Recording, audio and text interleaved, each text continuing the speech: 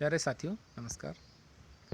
Faculty induction programme के seminar presentation में आपका स्वागत है। मैं Arun Kumar, assistant professor political science, government PG college Joshimath, Chamoli, Uttarakhand. आज हम पेंसिल की कहानी के बारे में जानेंगे कि वास्तव में पेंसिल की कहानी हमें क्या शिक्षा देती है। तो आइए थोड़ा सा कहानी को जान लेते हैं, उसके बाद हम आगे बढ़ते हैं कि ये कहानी से हमें क्या प्रेरणा मिलती है और किस प्रकार से एक शिक्षक के जीवन में लाभदायक सिद्ध होती है।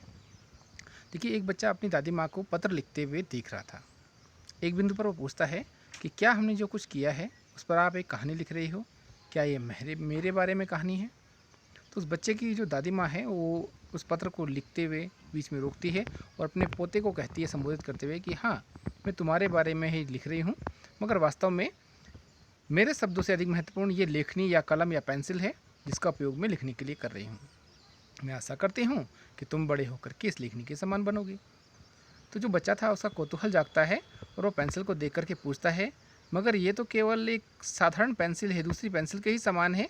इसमें ऐसी क्या विशेषता है जो हमें आगे जाकर के भविष्य में एक अच्छा नागरिक बनने की प्रेरणा देती है। आखिर इस कलम में, पेंसिल में विशेषता क्या है। तो देखिए, उसकी दादी उसको समझाती है बच्चे को कि यह इस बात पर निर्भर करता है कि तुम चीज़ों को कैसे देख पाते हो। इसमें 5 विशेषताएं हैं। यदि तुम इन्हें देख पाते हो तो तुम एक ऐसे व्यक्ति बन जाओगे जो सदा इस विश्व के साथ शांतिपूर्वक रह सकता है। तो इस कहानी में सबसे पहली चीज़ जो हमें दिखाई देती है वो दिखाई देती है पेंसिल। आप इस पेंसिल को एक शिक्षक के रूप में मान लीजिए कि जो पेंसिल है वो एक शिक्षक है, और वो जो नज़रिया है हमारा उस पेंसिल को देखने का, उसके जो कार्य करने का तरीका है, वो वर्तमान शिक्षा व्यवस्था और पुरातन शिक्षा व्यवस्था में अंतर को प्रदर्शित करता है। तो आइए देखते हैं कि उस बच्चे की जो दादी है उसको क्या समझाती है। पहली विशेषता के रूप में उसकी दादी कहती है कि तुम बहुत महान कार्य करने के लिए सक्षम हो, मगर ये कभी मत भूलना कि तुम्हारे ऊपर एक हाथ है जो तुम्हारा हर घड़ी मार्गदर्शन करता है। हम उस हाथ को ईश्वर कहते हैं और वो अपनी इच्छा के अनुसार हमारा पथ प्रदर्शित करता है। तो देखिए, वास्तव में अगर एक शिक्षक पेंसिल के समान है और वो शिक्षक सदैव समाज की भलाई के लिए कार्य कर रहा है, तो वर्तमान में जो पहली विशेषता उस पेंसिल के रूप में हमें दिखाई देती है, तो जो कहानी में वो हाथ की बात कर रहे हैं, 2022 में अगर हम इस समय देखें, वर्तमान में देखें, तो न्यू एजुकेशन पॉलिसी जो लागू की गई है 2020, वो हमारे लिए मार्गदर्शन का कार्य करती है। और जो देखने का नज़रिया था हमारा, वो पहले की शिक्षा व्यवस्था और वर्तमान शिक्षा व्यवस्था में अंतर को प्रदर्शित करता है। ठीक है। तो दूसरी विशेषता की ओर बात करते हैं। उस बच्चे की दादी कहती है कि हर थोड़ी देर पहले मुझे रुकना पड़ रहा है और एक तेज़ धारदार यंत्र के हिस्से हमें पेंसिल को छीलना पड़ रहा है। इससे पेंसिल को थोड़ी यातना जरूर होती है, झेलनी पड़ती है, लेकिन उसके बाद वो नुकीली और धारदार हो जाती है। इसी प्रकार तुम्हें भी कभी कभी दुख दर्द में धैर्य से काम लेना सीखना चाहिए। ये तुम्हें एक बेहतर इंसान बनाएगी। तो देखिए साथियों, यहाँ पर यंत्र से छीलना यानी कि अपडेट करना मान करके चलिए। जो पुरातन ज्ञान है और वर्तमान ज्ञान है, शिक्षा व्यवस्था है, दोनों में हमेशा परिवर्तन हुआ है और हो रहा है और होता रहेगा। तो ऐसी स्थिति में हमें समय समय पर खुद को धार लगाना आवश्यक है, क्योंकि एक शिक्षक होने के नाते हमें अपडेट होना बहुत आवश्यक है। यदि हम अपडेट नहीं होंगे तो हम ठीक प्रकार से शिक्षा बच्चों को नहीं दे पाएंगे। इसी प्रकार से जो बच्चे समय समय पर प्रश्न पूछते हैं, जो उनकी जिज्ञासाएं होती हैं, उनका समाधान करने के लिए भी हमें अपडेट होना पड़ेगा और हमें खुद को यातनाएं दे करके या पुस्तकों के माध्यम से, नई तकनीक के माध्यम से अपडेट होना बहुत आवश्यक होगा। इससे अवश्य हमको परेशानी होगी, कष्ट होगा, थोड़ा नई तकनीक सीखने में समस्याओं का भी सामना करना पड़ेगा, लेकिन एक दिन हम सफल होंगे और बच्चों को आने वाले समय में ऑनलाइन ऑफलाइन दोनों माध्यम से हम शिक्षा दे पाएंगे। तो जो बच्चा है उसको एक प्रेरणा मिल रही है कि एक पेंसिल किस प्रकार से यातना लेती है, सहती है, लेकिन वो बार बार जब उसको छीला जाता है तो धारदार नुकीली बन जाती है। उसी प्रकार से एक शिक्षक को भी समय समय पर अपडेट या प्रशिक्षण प्राप्त करने की या नई तकनीकों का ज्ञान प्राप्त करने की आवश्यकता होती है, और उसे हमेशा अपडेट रहना चाहिए किसी भी कार्य को करने में। जिस प्रकार से एक पेंसिल है, भले ही उसे थोड़ी यातना झेलनी पड़ती है, लेकिन जब भी उसको छीला जाता है वो फिर से एक नई धार के साथ अपना कार्य करती है, नुकीली बनती है और बहुत बेहतर कार्य करने के लिए तैयार रहती है। उसी प्रकार से हम जो चीज़ पढ़ाते हैं, पढ़ते हैं, सीखते हैं, सिखाते हैं, उसे हमें अपडेट करने की आवश्यकता होती है। अपडेट नहीं करेंगे तो हम उसमें समाज में पीछे रह जाएंगे। इसलिए हमें नई तकनीकों का प्रयोग करना सीखना पड़ेगा, आना चाहिए, और भविष्य में उसका उपयोग होना ही चाहिए। तो इसलिए हमें धैर्य से भी काम लेना चाहिए। कई बार कुछ चीज़ें अगर हमें समझ में नहीं आएंगी तो उन्हें बार बार, कई बार हमको सीखना चाहिए, इनको सीखने से क्या होगा कि हम एक बेहतर शिक्षक बन सकेंगे, बेहतर इंसान बन सकेंगे और विश्व को शांति की ओर लेकर के जा पाएंगे। तीसरी विशेषता जो दादी उसके बच्चे को बता रही है, पोते को बता रही है, वो कहती है पेंसिल सदा हमें अनुमति देती है कि हम एक रबड़ का प्रयोग करके अपनी किसी भी त्रुटि को मिटा दें और उसका सुधार कर सकें। इसका यह अर्थ है कि हम अपनी गलती को माने, सुधारने में किसी प्रकार की कोई शर्म न करें और हमें न्याय के पथ पर समर्थ रहना चाहिए। इसमें एक चीज़ और हमें ध्यान रखने योग्य बात है कि जो पेंसिल है उसके माध्यम से हम किसी भी गलती को आसानी से मिटा सकते हैं, रबड़ के माध्यम से मिटा सकते हैं क्योंकि वो अस्थायी होती है। लेकिन यदि पेन से अगर वो गलतियाँ की जाएँ तो उनको मिटाना संभव नहीं होगा। तो जो तीसरी विशेषता है उसमें पेंसिल की से ही हम ये प्रेरणा लेते हैं, सीखते हैं कि हम अगर कोई गलती करते हैं तो उस अपनी गलती को स्वीकार करें, गलती में सुधार करें, सुधारने में किसी प्रकार की कोई शर्म नहीं होनी चाहिए।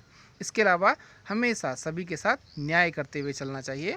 ये हमें न्याय के पथ पर आगे बढ़ने की प्रेरणा देती है, सहायता देती है। इसे संशोधित करने में हमें किसी प्रकार की हिचक नहीं होनी चाहिए, क्योंकि समय समय पर हमें कई प्रकार की त्रुटियों का सामना करना पड़ता है। जैसे कि अगर बच्चों को नंबरिंग कर रहे हैं तो कई बार उसके केवल बाहरी आवरण से, बाहरी मूल्यांकन से हम उसका मूल्यांकन नहीं कर पाते, बल्कि उसका सतत एवं व्यापक मूल्यांकन होना आवश्यक है। यदि हम किसी छात्र छात्रा की मात्र बाह्य गतिविधियों को देखें, क्योंकि बच्चे अंतर्मुखी, बहिर्मुखी और उभयमुखी मुख्य रूप से 3 प्रकार के होते हैं, इन तीनों विशेषताओं को ध्यान में रखते हुए उनका मूल्यांकन पूर्ण रूप से किया जाना चाहिए। जो चौथी विशेषता इसमें बताई गई है वो है एक लकड़ी का बाह्य अंग नहीं, अपितु यह उसका आंतरिक ग्रेफाइट है जो पेंसिल को उसका महत्व देता है और उसे अर्थपूर्ण बनाता है। इसलिए तुम भी सदा अपने अंतर्मन की घटनाओं पर ध्यान केंद्रित रखो। इसमें पेंसिल की जो चौथी विशेषता बताई गई है उसमें ध्यान रखिएगा, उसका बाहरी आवरण महत्व नहीं रखता कि पेंसिल बाहर से कैसी है, किस प्रकार की है, बल्कि महत्व रखता है उसका आंतरिक ग्रेफाइट। उसी प्रकार से जो छात्र है उसका भी आंतरिक मन, अंतर्मन, उसकी क्वालिटी क्या है उसको ध्यान में रखना आवश्यक है। उसी प्रकार से शिक्षक का बाहरी आवरण आवश्यक नहीं है, बल्कि उसके अंदर जो ज्ञान है, जो नॉलेज है, वो महत्व रखता है, वो कितना अपडेट है समय परिस्थितियों के अनुसार। इसके अलावा पहले कहा भी गया है कई जगह पर कि जाति न पूछो साधु की, पूछ लीजिए ज्ञान, मोल करो तलवार का, पड़ी रहन दो म्यान। अर्थात जो ज्ञानी है उस व्यक्ति के केवल ज्ञान का महत्व होना चाहिए, उसकी जाति धर्म से हमें कोई मतलब नहीं होना चाहिए। जिस प्रकार से एक पेंसिल होती है उसका बाहरी आवरण पेंसिल होता है, लकड़ी होती है, उससे हमें कोई मतलब नहीं है, हमें मतलब है उसके आंतरिक गुण से, ग्रेफाइट से। यानी कि जो आंतरिक गुण है उसका विकास होना चाहिए, उसको महत्व दिया जाना चाहिए। बाहरी आवरण से हमें कोई महत्वपूर्ण जानकारी या प्राप्त नहीं होती। हम बाहरी आवरण को देख करके किसी व्यक्ति का अंदाज़ा नहीं लगा सकते। अंतिम और 5वीं जो विशेषता है इसमें पेंसिल के बारे में वो थी पेंसिल की एक निशान छोड़ने की प्रवृत्ति। पेंसिल सदा एक निशान छोड़ जाती है और इसी प्रकार हम जीवन में जो भी करते हैं उसे बहुत सावधानीपूर्वक करना चाहिए, क्योंकि यदि हम किसी प्रकार के निशान बनाते हैं तो भविष्य में एक पदचिन्ह बन जाते हैं और बच्चे उसका अनुकरण करते हैं। इसलिए जीवन में जो भी कार्य करें उसे बहुत सावधानीपूर्वक करें, क्योंकि ये भविष्य में किया गया एक ऐसा निवेश होता है जिसका अनुकरण बच्चे करते हैं, आदर्श बनाते हैं खुद को, शिक्षक को, कि ये शिक्षक हमारा आदर्श हैं और उनके जैसा बनने की का प्रयास करते हैं। लेकिन इसमें एक बात और है, यदि कोई भी कार्य हम असावधानीपूर्वक करते हैं तो वो भविष्य में बहुत दुखदायी होता है, क्योंकि आप जानते हैं कि गिरधर कवि ने भी कहा था कि बिना विचारे जो करे सो पाछे पछताए, काम बिगाड़े आपनो जग में होत हसाए, जग में होत हसाए हिय में चैन न आवे, खान पान सम्मान राग रंग मन नहीं भावे, कहत गिरधर कविराय दुख का छुटरत नटारे, खटकत है हिय में कियो जो बिना विचारे। इसलिए हमें जो भी कार्य करना है एक शिक्षक होने के नाते बहुत सोच समझ करके करना होता है। क्या पढ़ाना है, क्या नहीं पढ़ाना है, किस प्रकार से मार्गदर्शन करना है, कई बार निगेटिव चीज़ों को भी शामिल करना पड़ता है, सांकेतिक दंड भी देना पड़ता है। वो केवल बच्चों के सुधार के लिए होता है और ये सब चीज़ें करना बहुत आवश्यक होता है। शिक्षक समाज में एक आदर्श होते हैं, अनुकरण होते हैं, इसलिए उनकी प्रेरणा से ही एक नए समाज का निर्माण होता है। शिक्षक को सदैव एक अच्छे आचरण का प्रयोग करना चाहिए, क्योंकि उनका आचरण समाज में पेंसिल के समान एक निशान छोड़ता है और वो भविष्य में यादगार बनते हैं। विश्व में जितने भी राष्ट्रपति, उपराष्ट्रपति, प्रधानमंत्री या बड़े बड़े राजनेता हुए हैं, सभी ने सदैव शिक्षकों का सम्मान किया है, आदर किया है, और उन्हीं की दिखाए मार्ग पर चलकर वो आज विश्व के सर्वोच्च नेताओं के रूप में विश्वविख्यात हैं, प्रसिद्ध हैं। प्रत्येक श्रेष्ठ व्यक्ति के आगे और प्रत्येक श्रेष्ठ व्यक्ति के पीछे सफलता और असफलता जो निर्भर करती है उसमें मार्गदर्शन बहुत महत्वपूर्ण भूमिका निभाता है और मार्गदर्शन के लिए हमें एक पेंसिल के समान एक योग्य शिक्षक बनना आवश्यक है, जिसके अंतर्गत पांचों गुण विद्यमान हैं। हम जो भी कार्य करेंगे उससे जीवन में बहुत सावधानीपूर्वक किया गया कार्य हमें उन्नति की ओर अग्रसर करेगा। आशा है आपको ये कहानी पसंद आई होगी। फैकल्टी इंडक्शन प्रोग्राम के इस भाग में टीचर प्रेजेंटेशन के अंतर्गत जो ये सेमिनार प्रेजेंटेशन है, आज के लिए इतना ही। धन्यवाद।